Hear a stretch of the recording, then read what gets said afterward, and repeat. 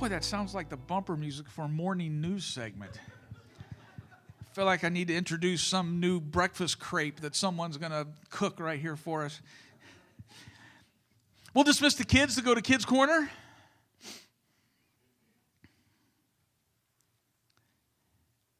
One of the things that we were planning for last year is coming out of Easter to talk about how to live out this resurrection. And one of the first things I think it's good to hear about is how we live out the resurrection when not everything is going like we think it should. I really trust the saints, the believers who have more than a few scars because they've been through things. And we thought what a perfect time to have Brandon Arbuckle to come and deliver the sermon today. Now, Brandon, he's kind of our relational health liaison. I don't know what term. Well, that sounds as good as any. But, Brandon has a history. Brandon did his undergrad work at Olivet, and then he got a master's at Trevecca in Nashville, and he is currently he'll be done this fall with his PhD from Garrett. And he has taken the route. He is, of course, he has a practice where he is a counseling practice where he helps people and helps people deal with issues going on in their life. But we should also not forget that Brandon is an ordained elder in the church. And as such, we've asked him to come and he'll speak today. Brandon, would you come? And thanks for being here. Thanks for preaching this morning. I had great papers this week. It worked out perfect.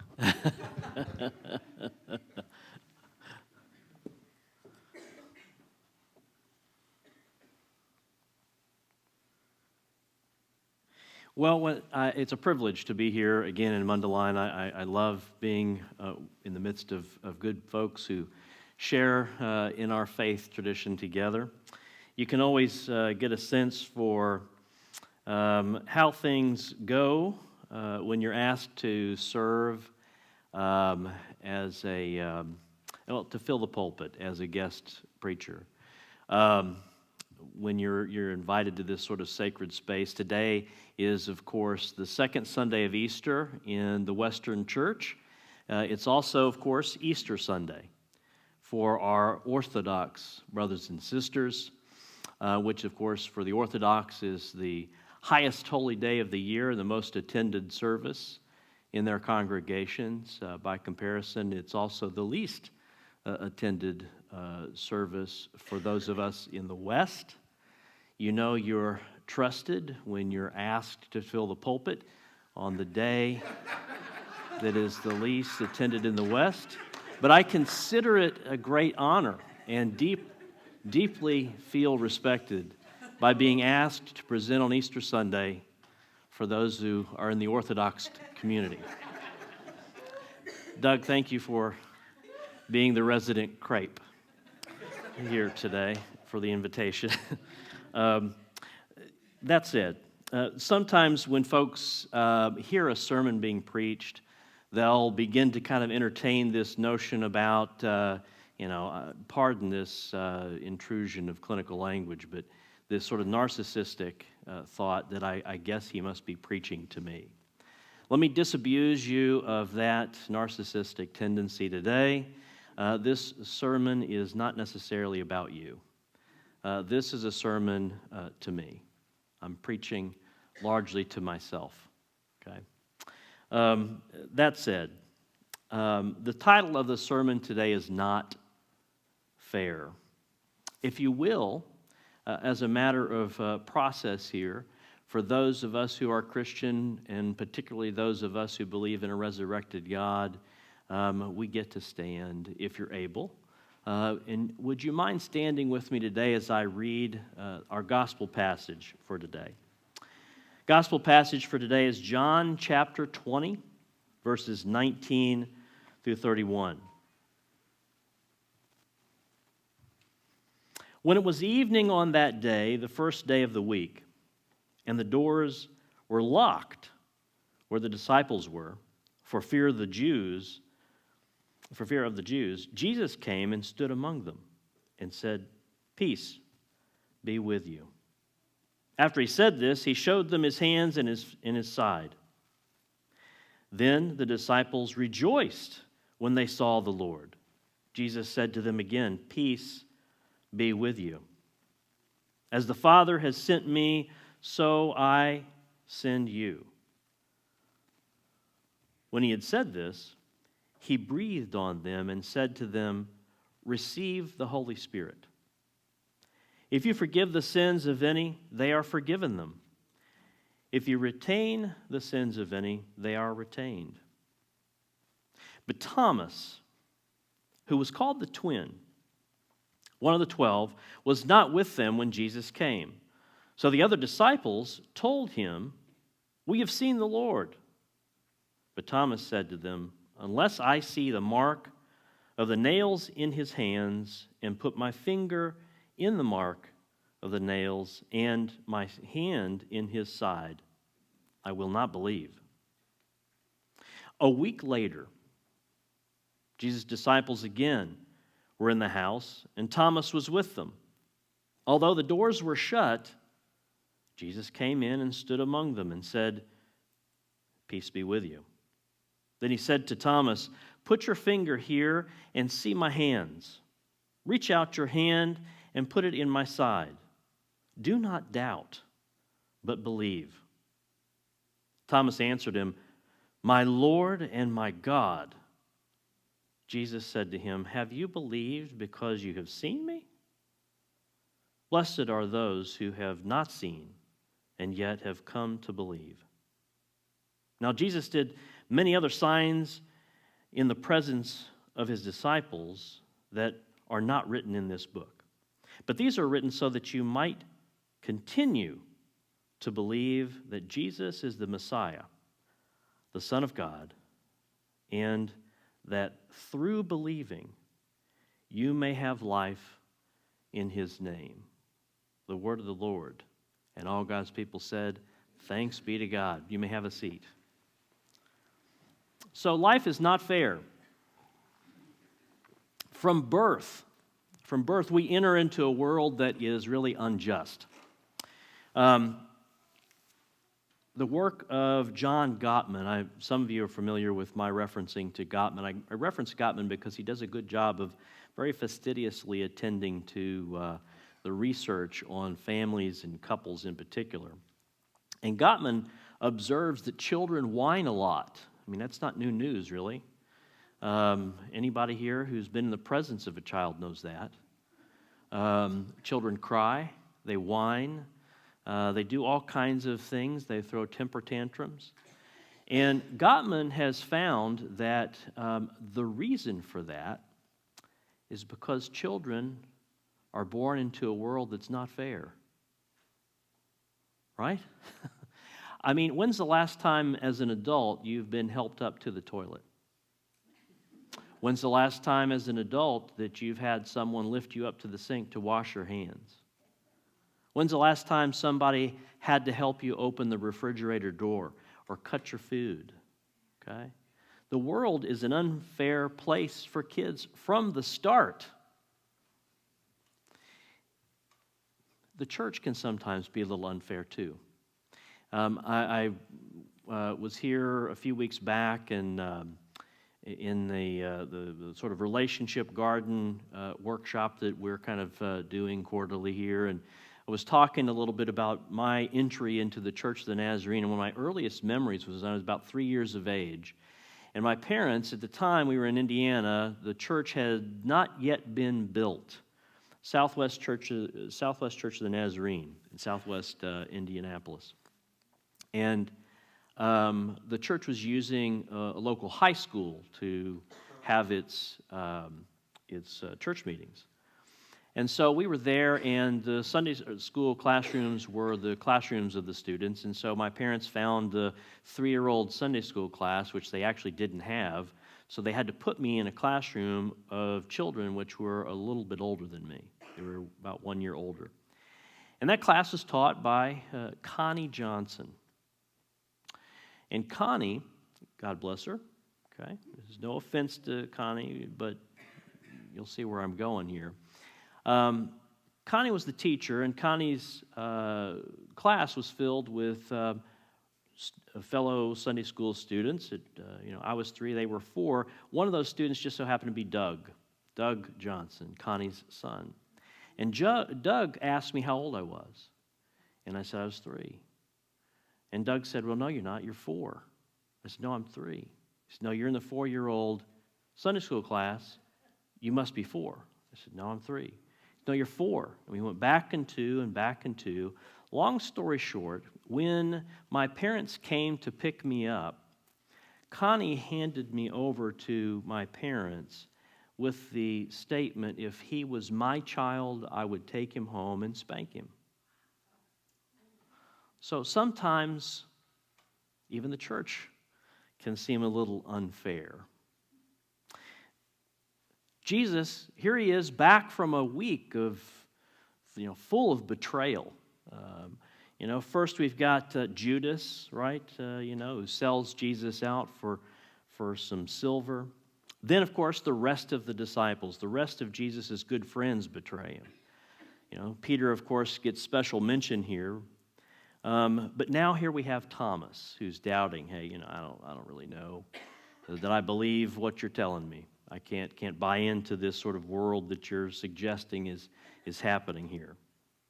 But of course, the link between Jesus and betrayal is just part of a long history of injustice in Jesus' life, beginning as far back as birth. Do you remember when Herod decided to kill and slaughter children in an effort to try and find Jesus to slaughter him?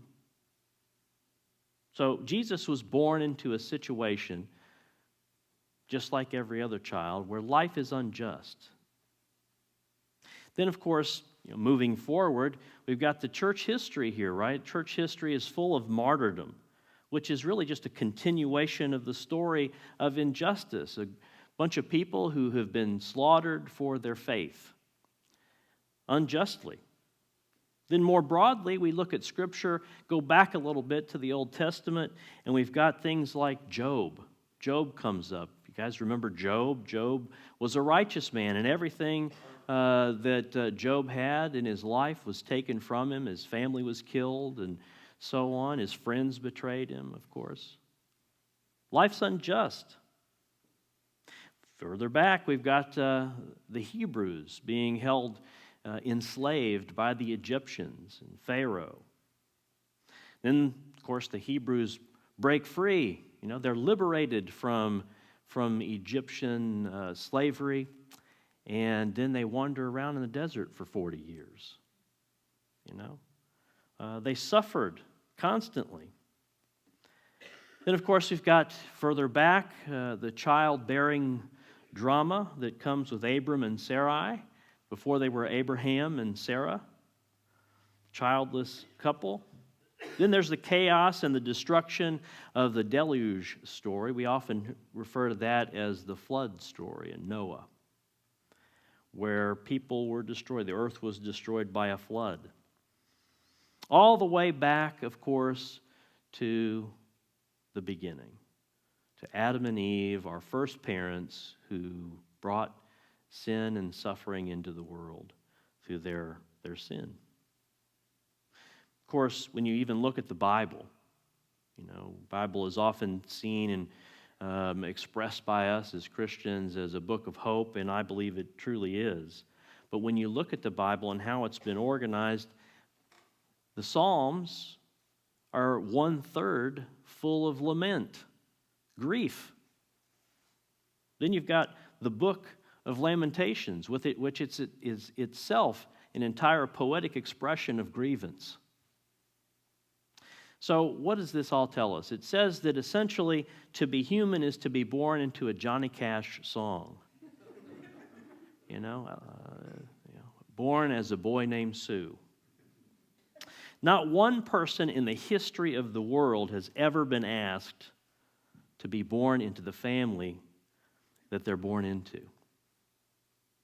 What's this mean? It means that everybody that is alive that has ever been in existence has ever entered into a circumstances actually just, that's actually right. We never got to choose who our parents are. In fact, even parents didn't get to actually choose the kids that they have. Okay, we just sort of ended up with them and had to do stuff for them.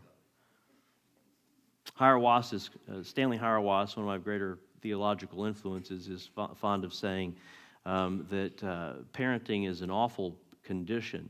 You bring children into the world and you never get the ones you want. All right. It means again that everybody that has ever existed has entered into a circumstance that they didn't choose, as a participant in a situation that's just not fair. It stands to reason then that grievance would largely be our natural temperament. To be human really is to live with a justifiable grievance. And if only to add insult to injury, no amount of self-generated power, no amount of willing things to be can really do anything about it. Really nothing. Of course, we try. These vain attempts are really what we call politics. We try to do stuff about it. We attempt to consolidate power through politics to coerce change to be in our favor, to make life a little more fair. Of course, the path of politics is simply really just to further the injustices of other people. There's no law, no amount of laws that can really be passed to eliminate the bad behaviors in a way that can make a configuration that zeroes out the balance of injustice on the ledger. So we're just sort of stuck in this shifting of injustices around. If all there is really is darkness, is the darkness of injustice and grievance, a life that's just not fair, and any effort to use our will or to consolidate our will to try and coerce some kind of fairness in the world, to try and tip the scales of justice towards our favor, make, again, life a little more fair. If all there is this, is there any possibility that life can really be fair? What do we do about this? What do we do about the perpetual injustices in the world? Where's the escape hatch from this not-so-fair world? I'm about to commit a little heresy here as a Nazarene, so bear with me, okay? This brings or conjures to my mind one of the scenes in that awful industry called the Hollywood movie. The title of the film is The Matrix. Okay, for those who are not historically Nazarenes, to talk about a film or to talk about a movie is really to commit heresy. Because there was a time when these were seen as absolute evil. Truth be told, I think it was more about the theater than about movies, but in any event, bear with me as I travel down the road of Hollywood.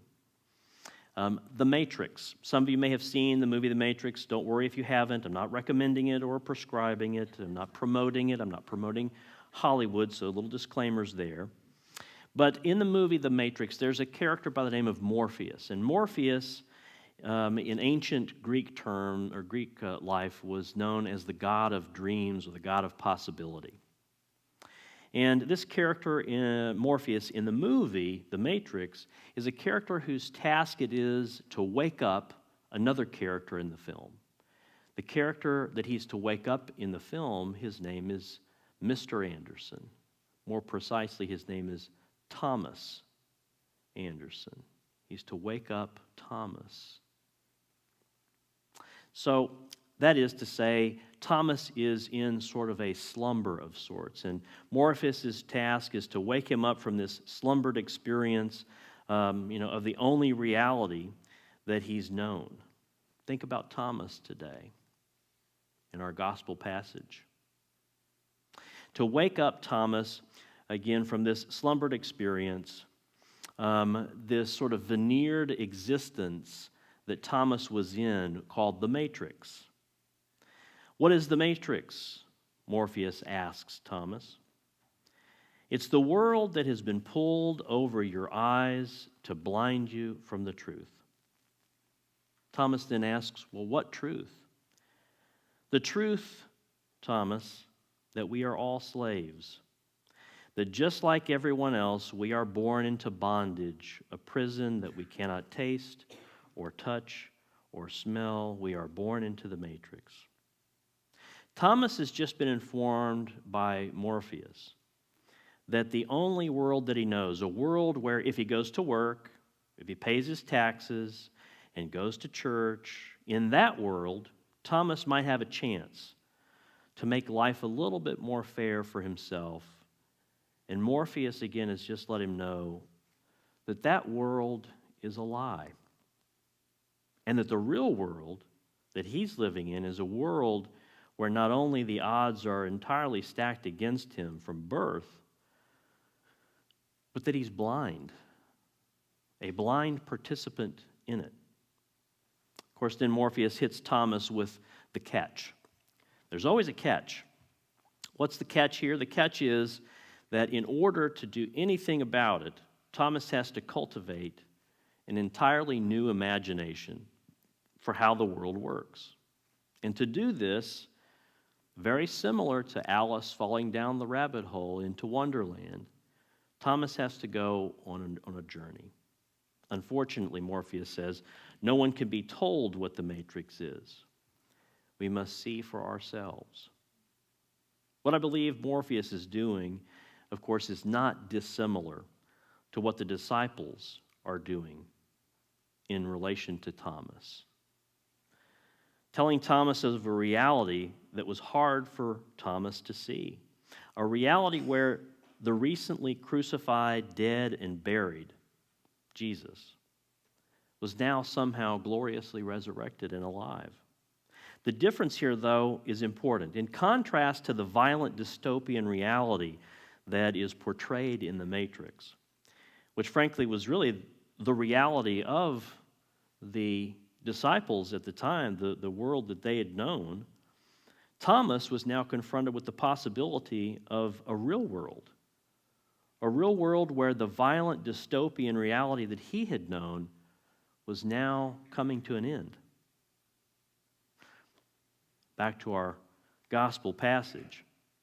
But Thomas, who was called the twin, one of the 12, was not with them. The disciples, when Jesus was not with them, the disciples, when Jesus came. So the other disciples told him, hey, we've seen the Lord. But he said to them, unless I see the mark of the nails in his hands and put my finger in the mark of the nails and my hand in his side, I will not believe. I can't be told what the matrix is. I have to be shown what the matrix is. A week later, his disciples were again in the house, and Thomas was with them. Although the doors were shut, Jesus came in and stood among them and said, peace be with you. Then he said to Thomas, put your finger here and see my hands. Reach out your hand and put it in my side. Do not doubt, but believe. Thomas answered him, my Lord and my God. Jesus said to him, have you believed because you've seen me? Blessed are those who have seen and yet have come to believe. So suddenly now, a world full of injustice, ripe with grievance, the only world that Thomas and the disciples had ever known, Jesus shows up, pulls the blinders off, and uncovers another world, the real world, the eternal world.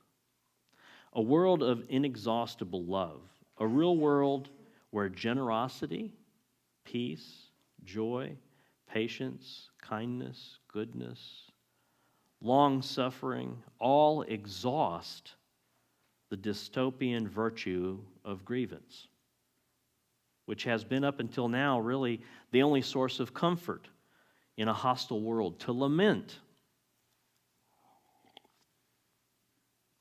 What do we do with this? What do we do with this notion of a real world where the love of an abundant God brings into existence the fruits of the Spirit of peace, patience, kindness, goodness, joy, and so on. Do we simply turn a blind eye to injustice and trauma?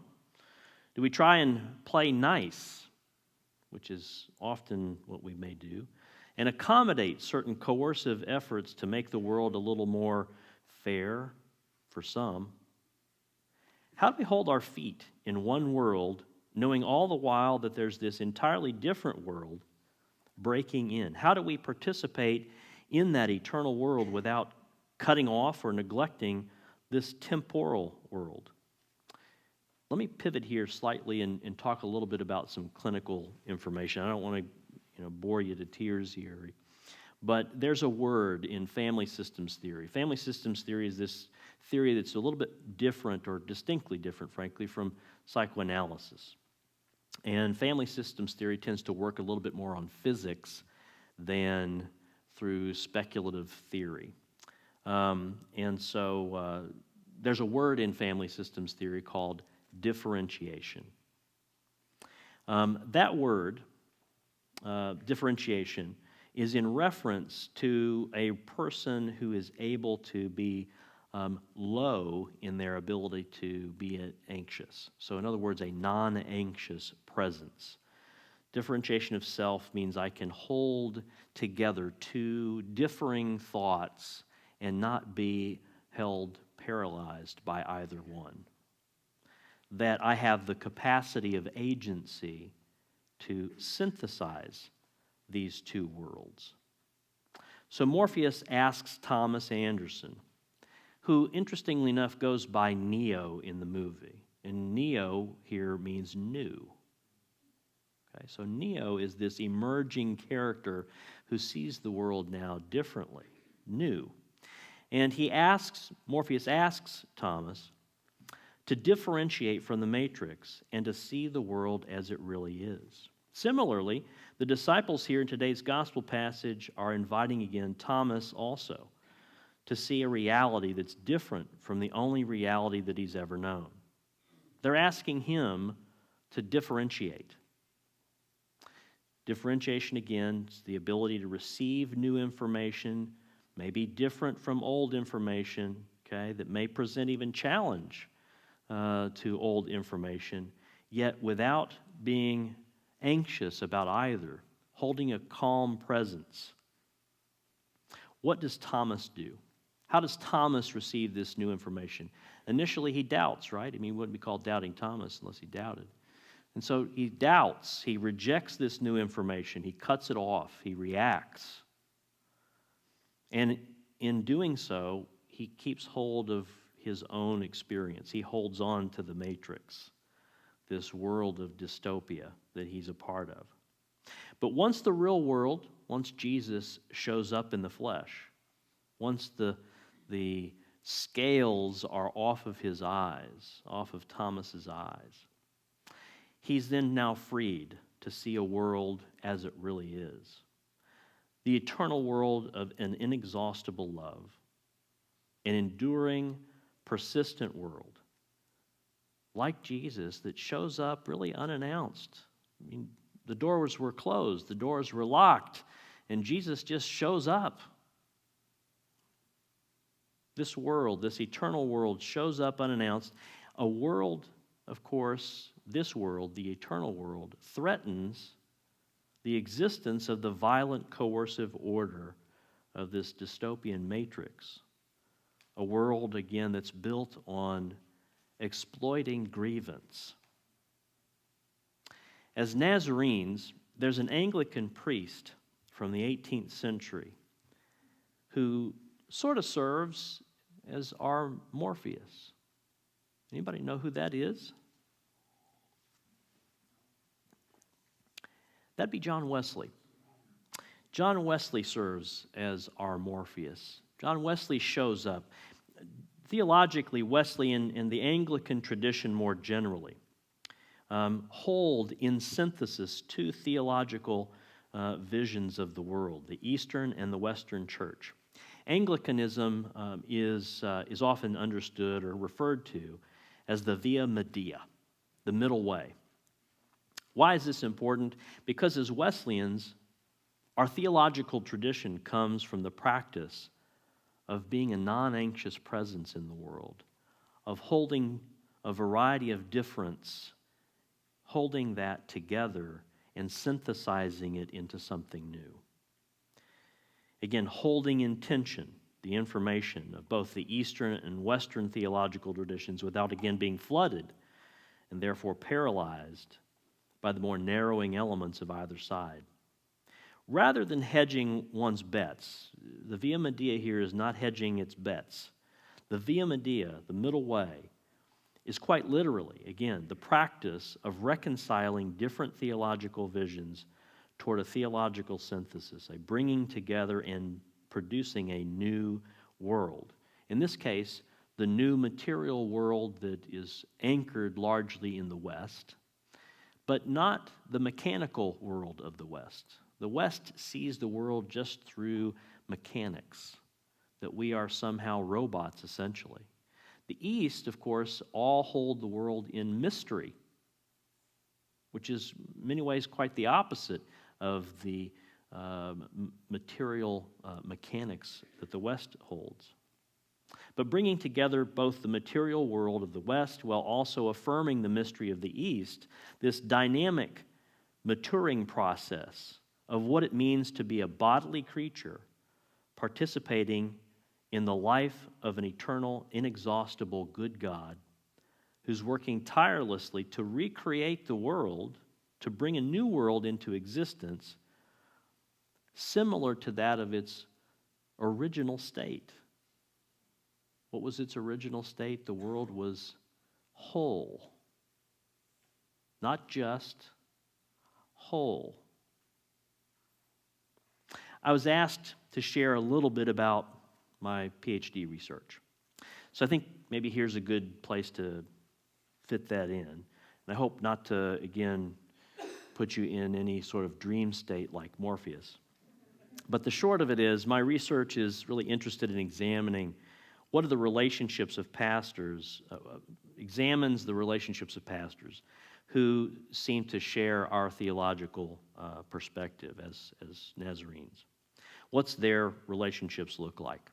And the question that I kind of entered into my research with, that's kind of overlapping with today's sermon, is how do pastors discern the matrix without becoming consumed by the darkness and injustices particular to the matrix? How do we avoid the trap of Thomas, of living reactively in a world defined by injustice, full of grievance, but rather live in, rather than just merely adopting or accommodating the injustices of the world? How do we live, in other words, as resident aliens, as people who are shrewd as serpents but as harmless as doves? How do we do that? How do we have or share, I should say more precisely, how do we have one mind? How do we share in the mind of Christ? The answer appears to be related to the distinction in who we are, people who are a distinct people, who embody a particular kind of grace. And here we are as Wesleyans. To be distinct here is not unimportant. It's also not very easy. We oftentimes want to kind of gravitate towards sameness, homogeny, rather than distinction. And so to be distinct here is not a small thing. We have to come to terms again with who we are. For example, we are distinctly, in this case, not determinists. Determinism simply means that we are what God made us, and our lot in life is sort of predestined. We have no capacity to change it. Calvinism often embodies this form.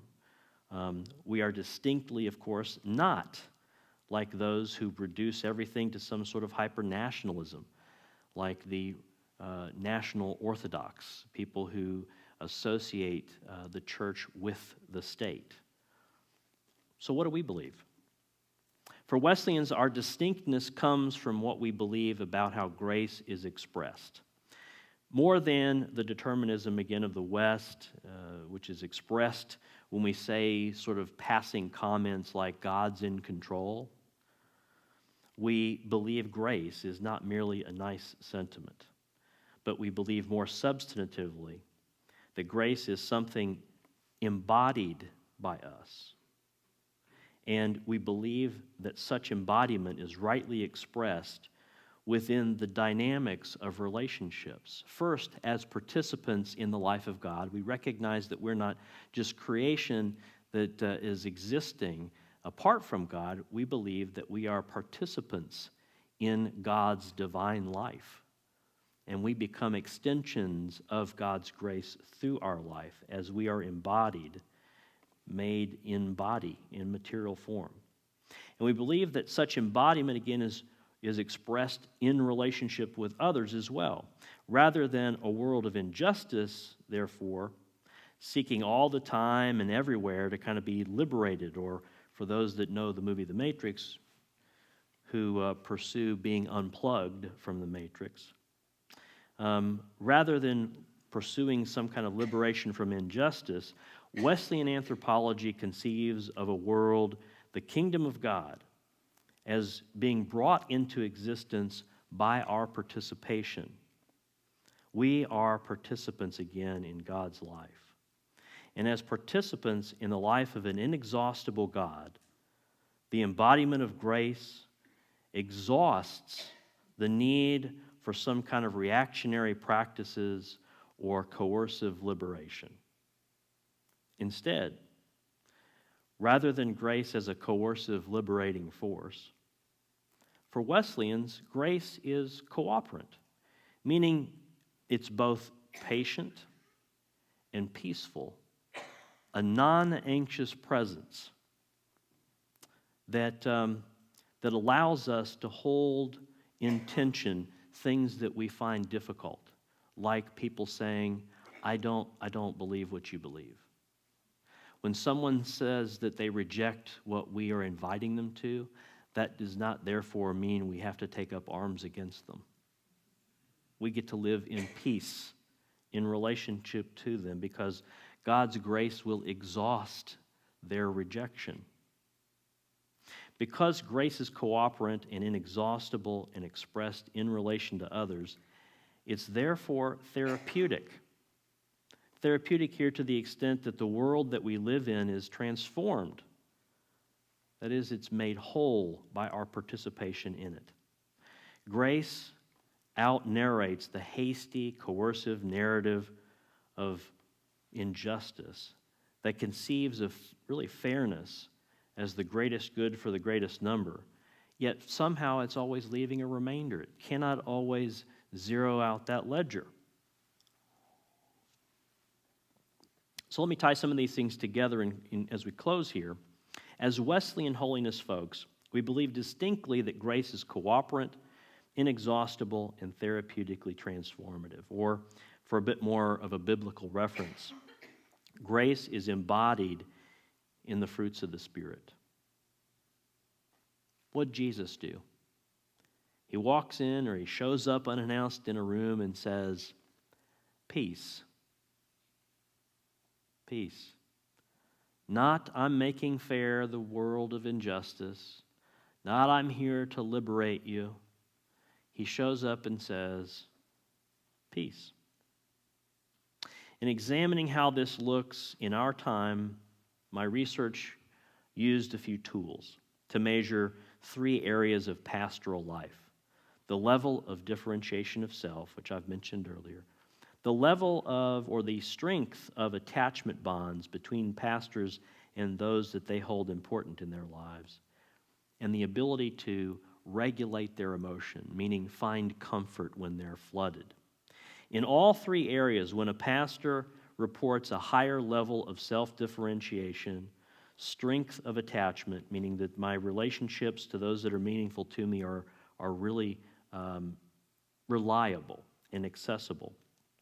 And when they express that they have a high degree of emotion regulation, when they can find comfort for themselves easily, it appears that the trend here is that they are less reactive, that they are more responsive to those around them, And they are able to hold, again, a non-anxious presence in otherwise anxious situations. What does this mean? It means as Nazarenes, we can sit with the poor. We can sit with those who are discontent. We can sit with those that are lonely.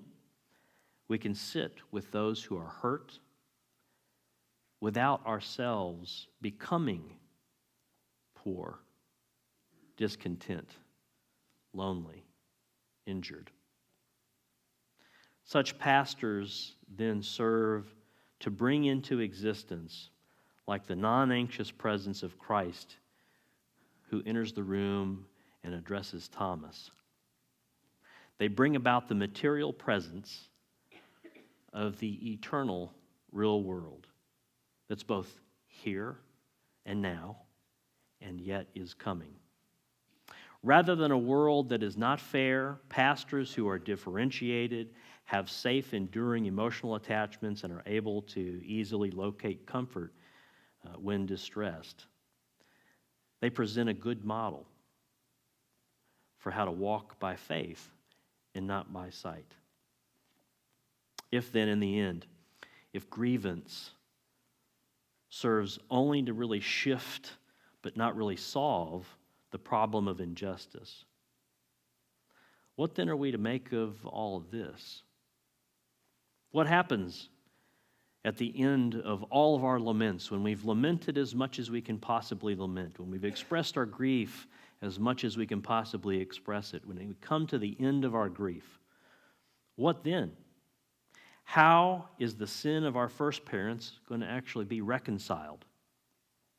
How's the chaos of a natural disaster and the brokenheartedness and the failures of parenting, how are they finally repaired?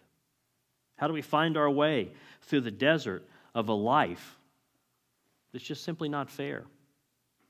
What do we do when we're enslaved and we're unjustly treated? What do we do about all of this injustice when we can't zero out that ledger? Perhaps rather than what would Jesus do, we ponder what did Jesus do? What did Jesus do? How did Jesus make it through all of the betrayal and injustices of his life? For that, I think it seems the answer is pretty clear. It's not fair. It's not fair.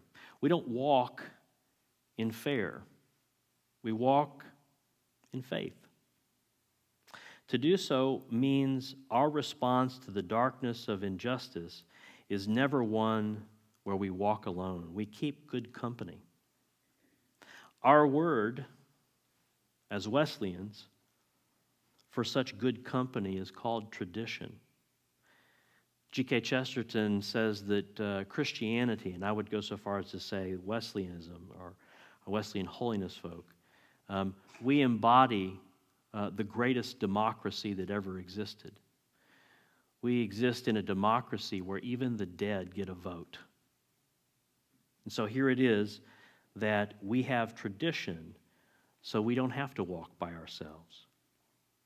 What's the first step of tradition? The first step of this journey down the strange rabbit hole of Wonderland or toward Wonderland, that first step is confession. My Lord and my God. The rest is by faith. Not fair. May God have mercy on us as we struggle together to live out this message. Thank you.